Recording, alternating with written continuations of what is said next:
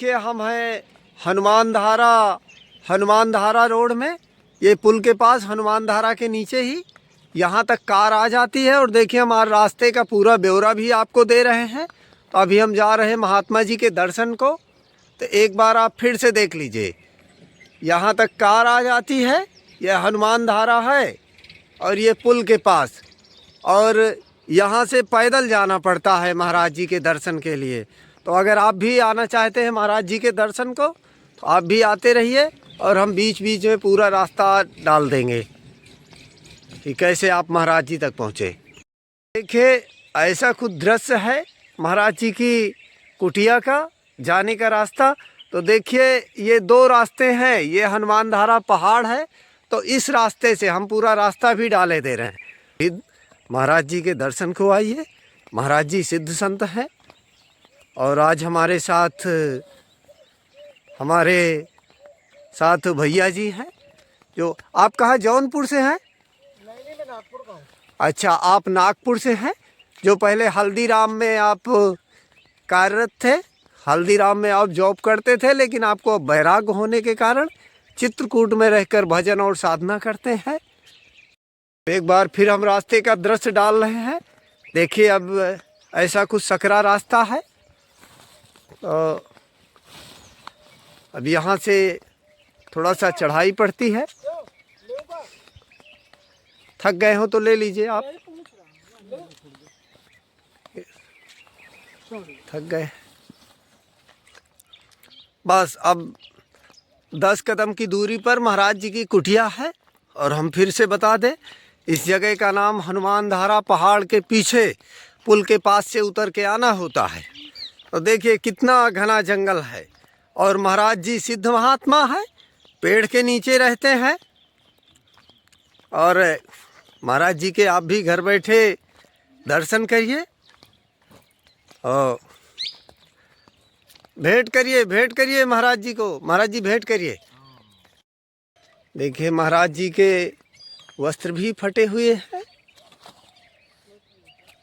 और ऐसा कुछ महाराज जी की झोपड़ी का दृश्य है, आप देख लीजिए। महाराज जी आपकी सेवा में छोटी सी भेंट है, स्वीकार करें। और महाराज जी आपका आदेश हुआ था कि हमें वो खाना है, बादाम का हलवा। ये बादाम का हलवा स्वीकार करें। बहुत बढ़िया। आलू बढ़िया लाए। कौन से आलू हैं जी? लाल है, पहाड़ी आलू बोलते हैं। हाँ बढ़िया आलू है ना ये? हाँ जी। और आप हमारे सूरदास जी हैं जो फुटपाथ में रहते हैं। तो हम हमारे भैया जी सूरदास जी को चावल भेंट कर रहे हैं। लीजिए भैया जी, ये 2 बैग चावल। और ये लीजिए भैया जी 2 बैग आटा। रख लीजिए, अभी भरवा देंगे आपका। और हम सूरदास जी के लिए 1 बैग 1 आलू रख लीजिए, ये अभी भरवा रहे हैं आपका नीचे ही। और ये टमाटर, ये मूंग की दाल, और ये शक्कर, ये थोड़ा मैदा है तो आप मटरी बनवा लेना। और ये नमकीन आपके खाने के लिए, जब भूख लगे आप अपना नमकीन खाते रहना। भैया जी इनकी बहुत समय लिया हो, कम से कम 2 महीना हो गए, राशन में बहुत देर किया है। हमारे पास खाना आज के खाने समेत का नहीं रहा। इतना देर करोगे तो हम कहाँ जाएंगे? आप थोड़ा जल्दी कृपा करिए। शाम फिर वो छोरा बोले मारा 150 रुपया दे दो। वो जांच सुधरैया बुला लाऊं। 150 रुपया मांग रहा है वो। मैंने वहाँ को दे दी, वो छोरा से वो लेके ही चला गया, फिर लौटा नहीं, भाग गया। हाँ।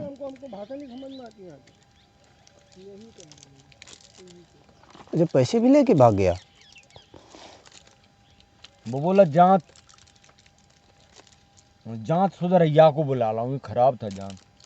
बुला ला, नए गांव में बोले लोहार में भी परिचय का है। महाराज जी साधु संतों का भी पैसा लेकर भाग जाते हैं। सही है। उनकी क्या दुर्गति होगी? उन्हें क्या पता, दुर्गति तो होना ही होना। हम्म, साधु का रुपया भिक्षा का दान ऐसे खाए ले जाएंगे चोरी धोखे से, हम्म। उनका परिणाम बहुत बुरा भोगना पड़ेगा। निर्धनी हो जाते हैं जैसा करते हैं भाई, धन की लालच में डोलते हैं, हम्म। दूसरों को ठगते हैं। बाबा जी उनको वो दूसरे जन्म में निर्धनी भगवान कर ले, जाके लिए तुम नियत खराब करी तो ले अब निर्धनी, गरीब रहे, दलिद्री हो जाते हो, उसका ही दंड है। महाराज जी, जब कोई आपके चोरी करता है तो आपको बुरा नहीं लगता? मतलब थोड़ा सा मन को तकलीफ होती है कि आया धोखा दिया या ठगी कर ले गया? हाँ, वैसे अब जैसा कुछ काम लाने चलो, अब कोई भगत आ गया तो अब आटा होता तो उसे अब पैसा हो तो ले आओ हाल, तो ऐसे यो मन में दुख लगे। और वैसे हमको कोई बात ना, हमको काय में लग रहा है रुपया, मगर समय पर कोई आ गया, और कल एक बुढ़ा आ गया तो मैं कहा अब आटा हो जाता तुझे बना खा लेता, तो मुझे दूसरा मैंने कही मैं जाऊँ हनुमान धारा लाऊं, अब बोले नहीं महाराज कष्ट मत करो, मैंने बना दिया, मैं जा रहा हूँ। अनुचित चल रहा है। हाँ जी महाराज जी, अन्न क्षेत्र अभी बीच में 3 दिन चलाया था, तो और इसके बाद महाराज जी बंद हो जाता है, इसलिए कि जैसे आपकी भी सेवा करना है, साधु संतों को भी सेवा करना है, अन्न क्षेत्र भी, तो फिर कभी कभी क्या होता है जब हमारे पास अनाज नहीं रहता तो फिर अन्न क्षेत्र हम बंद कर देते हैं चलाना। सही है। आप तो ज्ञान के भंडार हैं, आपसे मिलने के बाद तो हमारे कोई प्रश्न ही नहीं बनते कि अब मैं तो ये चाहता हूँ कि वैसे कि कोई ले करके आओ कोई मत लेके आओ, लेकिन रोज जैसे हम 10-15 दिन में 2-4 दिन में चक्कर लगा जाए तो बढ़िया, जो ना का चीज मिल रही तो हम ले ही आओ, वैसे भी आओ दर्शन के लिए तो अच्छा लगता है, नहीं आओ तो कोई बात। इतना तो हो जाता कि आएंगे तो हमारी रोटी सक जाएगी। जी जी जी महाराज जी।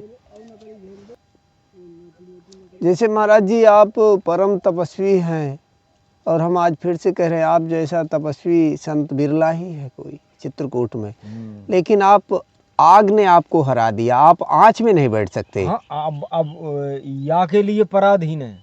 हाँ, अब मैं ये सोच रहा हूँ अपने मन में कि एक बड़ा बांस लिया जाए, बांस, और उसमें जो पूड़ी उतारने वाली जो झज्झई सी होती है, पूड़ी उतारने, उसको बांस में बांध दिया जाए, और इतनी दूर आंच बढ़ रही, मैं तो बाँ में रोटी बना के धर दो और दूर से पलटाते रहो।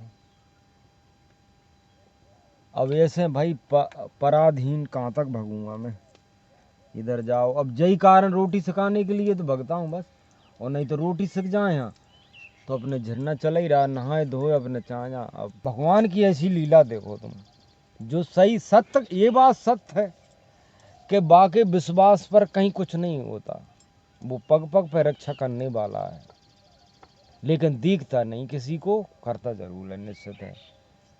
सच्चिदानंद घन जभी कहा गया, उसकी उपमा कहाँ कहें, लेकिन ये तन बड़ा पापी है, ये डरता है तन ये। जी जी, तो आपको भी डर लगता है महाराज जी?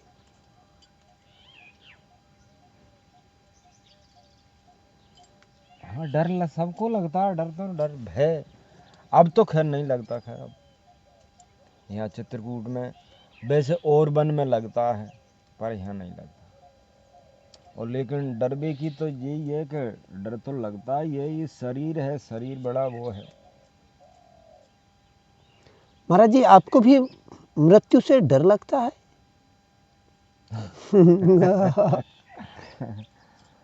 अब वैसे हम भी जानते हैं कि मृत्यु एक दिन आना है, लेकिन ये शरीर नासवान है तो डर तो भय तो लगता है।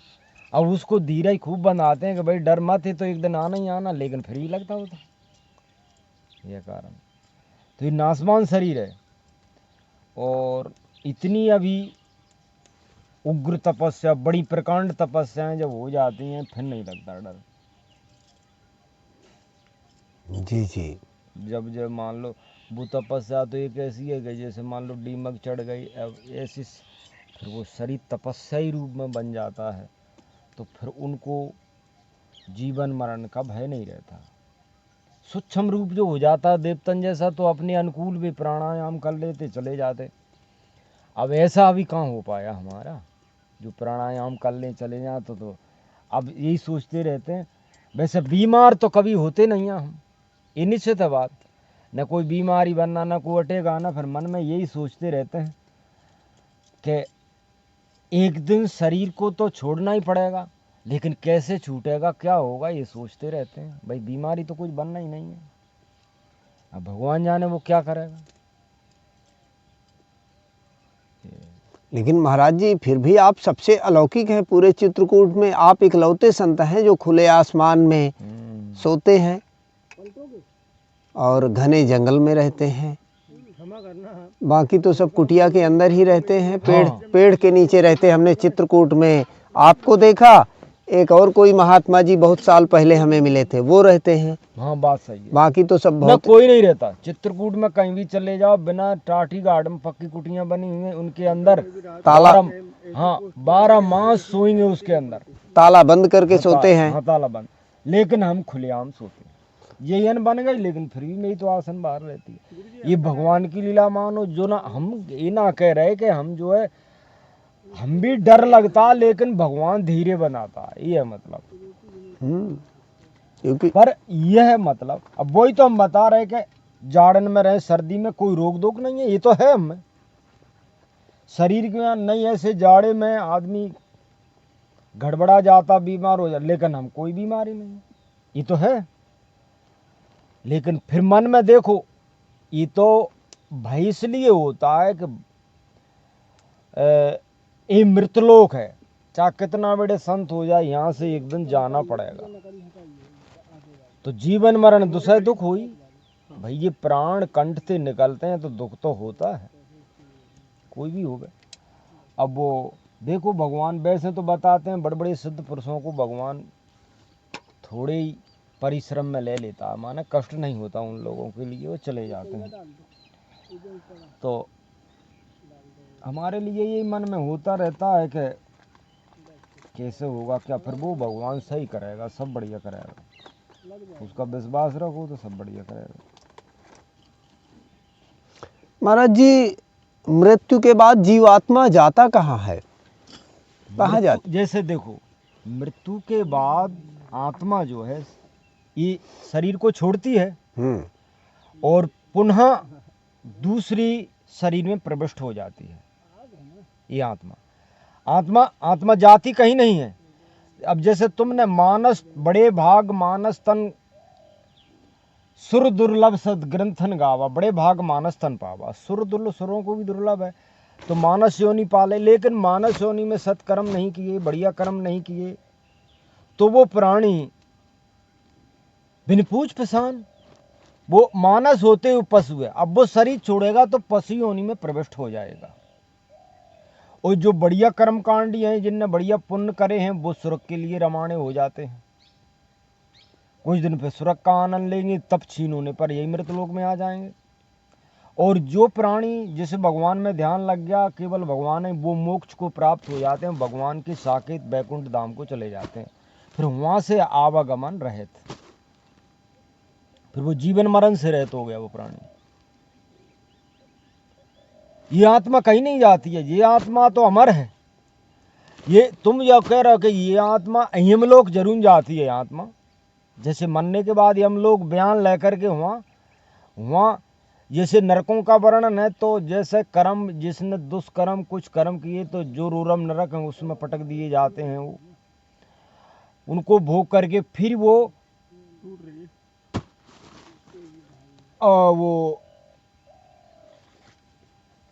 तुम्हारे पशु योनि में चले जाते हैं। तो जीवन मरण 84 लाख योनि भोगते घूमते रहो, फिर 84 लाख घूम करके फिर मानस का तन मिला, फिर कर्म नहीं कर पाया कुछ अच्छा, तो फिर वही में चले जाओगे। तो ऐसा ये जीव का जीवन मरण ये आत्मा का यही लगा रहता है। लेकिन जीवन मरण में कष्ट तो होता ही है। 9 मास गर्म में रहना पड़ता है, गर्म में जो है गर्म में भी दुख होता है। गर्भ मृत्यु से छुटकारा पा गया वो ही श्रेष्ठ है, वो ही तपस्या है। और फिर ये लालच रहता, महात्मा तो ये मन में लालच रहता कि हम राजा बने, वो जन्म में जा करके ये हो वो हो, ये वैभव हो हमारा, तो बस तो राजा बनोगे, वैभव तो जन्म तो लेना ही पड़ेगा गर्भ थे। भाई राजवंश में जाओगे तो गर्भ थे जन्म लेना पड़ेगा। और ये सब इच्छाएं छोड़ दें कि भगवान अब कोई इच्छा नहीं है हमारी, अब तो हम जब जाएं तो आपके बैकुंठ धाम में, और बस खेल खत्म, मोक्ष हो गए, फिर जीवन मरण से मुक्त हो जाए। लेकिन जब अंत समय ये इच्छा हो जाए, अंत जैसे मृत्यु हो रही, मृत्यु में ये इच्छा हो गई कि मेरा परिवार मोह में प्राणी गया, तो मोह में प्राणी जाने से भूत बनता है। और इच्छाएं रह गई कि मैंने ये नहीं कर पाया, मैं राजा बनता, वैभव होता, ये होता, तो फिर वो जन्म ले दोबारा, जन्म जीवन मरण में, चाहे तपस्वी हो भले ही। ये मन की यही इच्छाओं को रोकना बड़ा कठिन है। और मोह बड़ा कठिन, मोह प्रबल की, मोह प्रबल धारा, मोह जो प्रबल है उसको रोकना बड़ा कठिन है। बिन हरि कृपा, बिना हरि के कृपा मोह नष्ट नहीं होता किसी प्राणी का। सब हरि ही कृपा करेगा। मोह दुख सुख जो काम क्रोध है वो सब बिना हरि के कृपा नहीं जाता। हरि की कृपा होगी जब जाएगा वो। तो महाराज जी हमारी माता जी हैं, आपके दर्शन चाहती हैं, दिल्ली से हैं, दिल्ली नहीं पटौदी शहर है दिल्ली के पास, वो बेचारी चल नहीं सकती, तो हम चाहते हैं कि आप 11 या 12 तारीख को आपका आगमन हो हमारे आश्रम में, आ जाएंगे हम। आपके चरण पड़े। हाँ। और हम रोटी भी आपके लिए वहाँ तैयार रहेगी, हाँ। है ना, तो आपके लिए रोटी और बढ़िया आलू का भरता और आपके सही है बात है, चरण पड़े। सही है। तो फिर रोटी ऐसी आंच पे से? हाँ हाँ हाँ, नहीं वो सब व्यवस्था आपके लिए रहेगी। 12 तारीख को? हाँ 12 तारीख को। तो 12 तारीख आई क्या तारीख है? और महाराज जी फिर पूरा दिन वहाँ दीजिए। हाँ, थोड़ा सा मैं टिफिन में पानी ले आऊँगा। हाँ डिब्बा कहाँ है? डिब्बा बाहर रखा, आटा लगा। ऐसा कर टिफिन में पानी हाँ आप ले आइएगा। तो पूरा दिन रहूँगा, शाम को आऊँगा। हाँ हाँ हाँ, शाम को फिर हम आपको छोड़ देंगे। ठीक है, मैं आ जाऊँगा। सिंहपुर में हुई? हाँ हाँ वहीं संग्रामपुर में। तो ठीक है, 12 तारीख को मैं आ जाऊँगा। आज बुढ़िया चल नहीं पाती तो क्या करें। हाँ हाँ, उनका मन थोड़ा विचलित रहता है महाराज जी, माता जी का। तो आप जैसे दर्शन हो जाएंगे ना उनको, तो थोड़ा सा क्या है, मोह माया में थोड़ा ज़्यादा ग्रसित हैं, सोचती ज़्यादा हैं। देखो कारण जो है कि मृत्यु का जब समय आ जाता है, बुढ़ापा, शरीर जर्जर हो जाता है, तो फिर मोह ज़्यादा बढ़ जाता है। कोई व्यक्ति हो, मोह यूँ बढ़ता है कि अब संसार को हम छोड़ चले, जे मेरी बहू जे छोरा इनको छोड़ के चले जाएंगे, हम कहाँ जाएंगे। उनको ये ज्ञान नहीं है कि जाना कहीं नहीं है, शरीर छोड़ना है खाली बस, जी जी, दूसरे शरीर में प्रविष्ट होना है। लेकिन अब जो नहीं जानते तो वो तो यही जानते कि अब कहाँ जाएंगे हम, और ये हमारे बहू छोरा ये छूटे तो शरीर में अंदर घबराहट होने लग जाता है, क्या करें हम। तो उससे बावड़ा हो जाता है प्राणी। बावड़ा माने वो स्थिर शरीर नहीं रहता, कल्पनाएं आती रहती हैं, क्या करूं मैं क्या ना करूं, मृत्यु तो होना ही होना है। तो इसलिए वो अब जैसे ज्ञान हो, तो ज्ञान में तो ये है कि चलो एक दिन शरीर तो छूटना ही छूटना, हमको जन्म लेना, जो हमने कर्म किया वो कर दिया, अब हमारा कर्तव्य पूरा हो गया। छोरा और बहू अब अपने संभाल लिए सब, चाहे भगवान का भजन करें चाहे प्राण भगवान के धाम को चले जाएं, अच्छा रहे। तो अब जाने के लिए वास्तव में कोई तैयार नहीं है, जाना तो मजबूरी में पड़ता है। चाहे वृद्ध हो जाए प्राणी कुछ ना करे, लेकिन देखता रहूंगा मैं ही, बहुओं को छोरों को देखता रहूंगा। एक बुढ़ा था, तो वो नारद मुनि ने कहा कि भाई तेने अब सब काम कर लिया, पर हम अपने धाम को चल। बोले महाराज मैं अभी नहीं जाऊंगा, मेरी नाती और नाती इनका ब्याह हो जाए जब जाऊंगा। जब नाती अन को ब्याह होगा, जब नारद मिले अब चल, बोले माँ अब मैं इनका ब्याह देख लूं।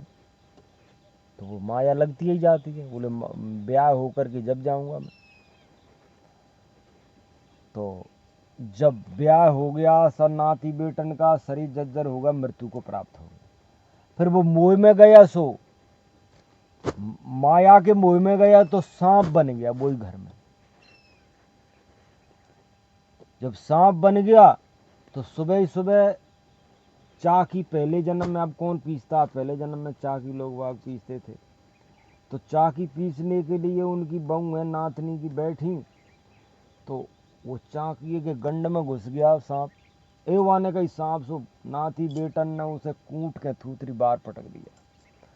जब नारद ने कहा कि अब थूतरी कुट गई तुम्हारी, अब तो चलो धाम के लिए, अब सब काम हो लिए, अब थूतरी ही कुट गई तुम्हारी, तब वो जाने का प्रयास किया। तो ये माया मोह है, बड़ा चक्कर है, माया मोह नहीं छूटता। हमको भी माया ग्रस्त करती है शिवाना, मोह आ जाते तमाम। माता पिता की याद आती है आपको?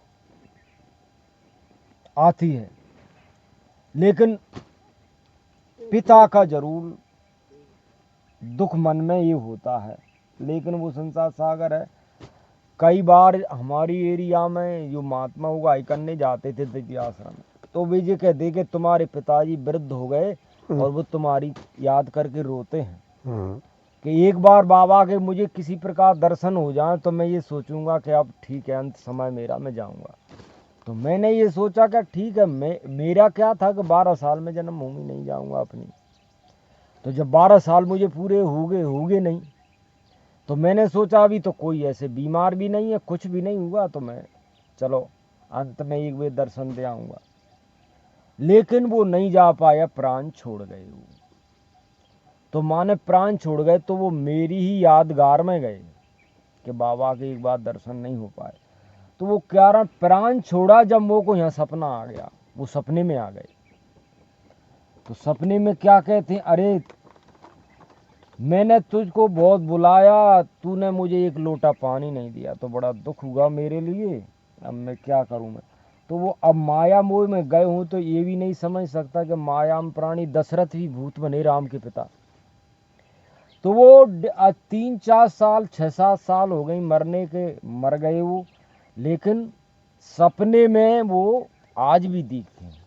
आते हैं आपके पास? सपने में आज भी आते हैं। जैसे हम जब 10 साल की मेरी उम्र ही, तो खेती बाड़ी काम करने जाते थे, मोटर चलाते थे, बिजली की चल जाए कुछ दिन, रेंट चलाते थे, हर चलाते थे। तो वो सपने में होता है कि मैं और पिता जा रहे जंगल में, हर जोत रहे, रेंट चला रहे, मोटर चला रहे जो पानी में चलती थी, ऐसा सपना आता रहता है। तो मैं ये सोचता रहता हूँ कि पिताजी तो मुक्त नहीं हुए, ये मतलब हो सकता है। हाँ, उनको सदगति नहीं हुई महाराज जी? फिर सदगति नहीं हुई, वो भटक रहे। अब मैं क्या करूं कि अब 2 भाई और हैं, तो 2 भाई ऐसे निकले वो कि उनमें कोई ज्ञान की बात नहीं है। नहीं तो चलो हम आए तो गया में पिंडदान दे आते, कुछ भी करे आते तो कुछ शांति मिलती, लेकिन वो कुछ भी नहीं किया। हम गए नहीं, हम फिर गए नहीं। मैंने कहा अब फिर मन में ये आ गया, मैंने कहा अब क्या जाओ, जिसकी आत्मा की लगन लग रही वो तो चले गए, अब क्या होगा वहाँ जाने से। सो हम फिर गए नहीं। तो ये मन में जरूर हुआ कि एक बार हो जाते, अब वो चली गए, अब वो कछ हो चाहे दुख पा रहे हूँ कुछ भी हो, लेकिन भगवान जाने। अब तो ये मतलब जरूर हो गया। और माता जी अभी हैं, जिंदा बैठी हुई हैं। इतना माता का प्रेम नहीं मुँह में था जो पिता का था। अब वो ठीक है, वो अब फिर हम यही धारण कर लेते हैं कि अब बाबा हो गए, अब कहाँ तक घर गृहस्थियों में भटकेंगे, जाएंगे आएंगे, लेकिन मोह जब भी नहीं छूटता। चलो एक बार मिल आओ, फिर वो तो फिर ही हो जाता। अब 12 साल के बाद मैं घर अपने परिवार में गया, यहीं आए बुलाने के लिए, तो मैया है अभी, तो मैया से मिला, लेकिन जाते ही मोह इतना बढ़ गया कि मैं जो सो छोड़ ना सकूं। मैं एक बार झांसी ट्रेन में बैठ गया, फिर मैया की याद आई तो आगे एक स्टेशन पर हुआ उतर के फिर घर पहुंच गया मैं। देखो तुम कहाँ, मैंने कही 12 साल कैसे गुजार दिए तुमने, वो कोई याद ना आई। लेकिन जब नज़दीक देखते हो जब मोह कितना बढ़ता है, तो ये मोह की प्रबल धार है। तो वो कारण में फिर भगवान की ऐसी करामात हुई, फिर दोबारा मोह। अब मैंने कही ऐसा मोह आ गया तो मेरी तो बाबागिरी खत्म। अरे एक दुनिया क्या कहने लग जाएगा फिर कि महाराज तो घर ही आ जाते हैं। तो फिर भगवान ने मोह वो भी अब फिर यूँ ही धारण करते, चलो हम तो बाबा जी, हमको तो नाता एकदम तोड़ना ही तोड़ना था माता पिता से।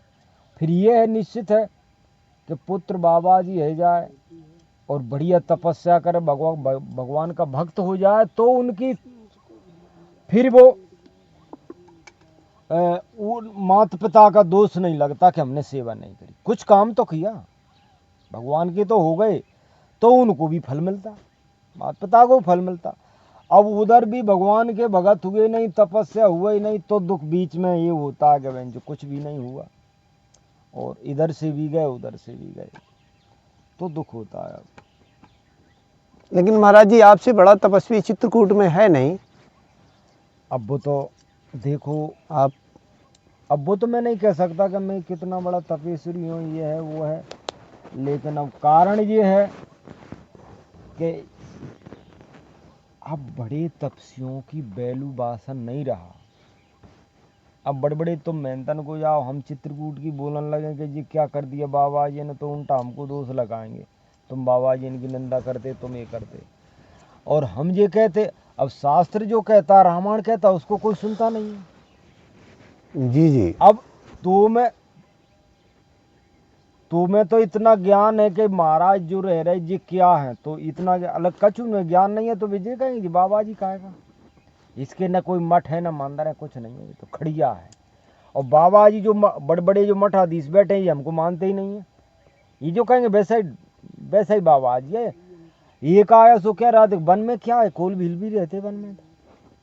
अच्छा आपको कह रहे थे? हाँ एक बाबा जी, तो बोले क्या कोल भील भी रहते वन में, सो क्या सिद्ध हो गए, क्या कर्म करना पड़ता, भजन करना पड़ता है, ये करना जब होता है सिद्ध। तो हाँ मैंने कही वैसा ही हुआ, तो उनको इस बात का ज्ञान है। अब उनसे फिर मैंने कहा, मैंने कही ये रामायण में लिखा है, उसको सुनते ही नहीं है, रामायण में क्या लिखा है। मठपतियों को तो कुत्ता बनना पड़ता है, जो देवधान खा रहे जो। अच्छा आपकी भी निंदा करते हैं? हाँ कर देते बाबा जी। देखो जात कूकर बामन नाई जात कूकर, ये जात देख घुर्राई। मानव और बाबा जी एक दूसरे की वो नहीं चाहेगा प्रशंसा, तो उसकी हो रही प्रशंसा, तो वामन जो है वो बढ़ रहा है तपस्या में, तो उसकी वो निंदा करेगा। तो ये है ये। फिर हाँ जी आज के युग के बाबा जी, पहले बाबा जी इनमें ये है कि सब बराबर थे, तब से भी एक दूसरे को बड़ाई करते, वो तो कि भाई हम तो आगे वो तपस्यावान है महात्मा, तो वो तपस्याएं करते लोग बाग, पहले महात्मा भजन करते, तपस्याएं करते, तपस्या करने से उनका एहसास बढ़ता, और शुद्धिकरण भाई बेल बिटप सरतागिर धरनी, पर हित हित सबन की करनी, संत बिटप सरतागिर धरनी। ये तो पराहित के लिए, और संत का हृदय नवनीत समाना। संत का हृदय तो बड़ा मुलायम होता, और न काऊ से बैर है न काऊ से दोस्ती है, न बैर है, सदा एक रस है ना, संत का ये स्वभाव होता है। तो संत तो सब, चाहे साधु हो कोई भी, संत को तो सब बराबर है। और अब वो संत ऐसे रहे ना, अब कलयुगी संत है। अब देखो सेठों का धान खाएंगे दोबारा, वही किसान लोग अन्न खाते, वही को तो संत खा रहे, वही नमक मिर्ची खा रहे, वही अन्न खा रहे, वही तो फर्क क्या रह गया उसमें? शास्त्र तो ये बताता कि अन्न खाते हुए तपस्वी प्राणी नहीं माना जाता। जी जी, ये तपस्या तपस्वी नहीं माना जाता जो वो, अन्न खाता चाहे है वन में ही रहे वो। हाँ हाँ जी जी। अन्न खाते हुए प्राणी तपस्या को नहीं माना जाता, तपस्या होती ही नहीं है। तपेश्वरी के लिए अन्न खाना वर्जित शास्त्र बताता है। घर बैठे महाराज जी के दर्शन करिए। देखिए महाराज जी विराजमान है, महाराज जी का बक्सा है और ये महाराज जी का जांत है आटा पीसने वाला। और महात्मा जी के लिए रोटी भी देखिए बन के तैयार है। तो अब हम जाएंगे। ऐसा कुछ दृश्य है महाराज जी की झोपड़ी का, ये देखिए। ठीक है, तो आज क्या तारीख है? अब हम जा रहे हैं। ठीक है जाओ। एक बार और हम आपको चारों तरफ से कैमरा घुमाकर दिखाई दे रहे हैं। ऐसा कैसे बनते हो? ऐसा कुछ दृश्य है। मैं भी यहाँ तो 1-2 दिन रुकूंगा, मैं आपको बना के खिलाऊंगा सब। ठीक है भैया, ठीक है रुकना। ये देखिए। 1-2 दिन रुकना।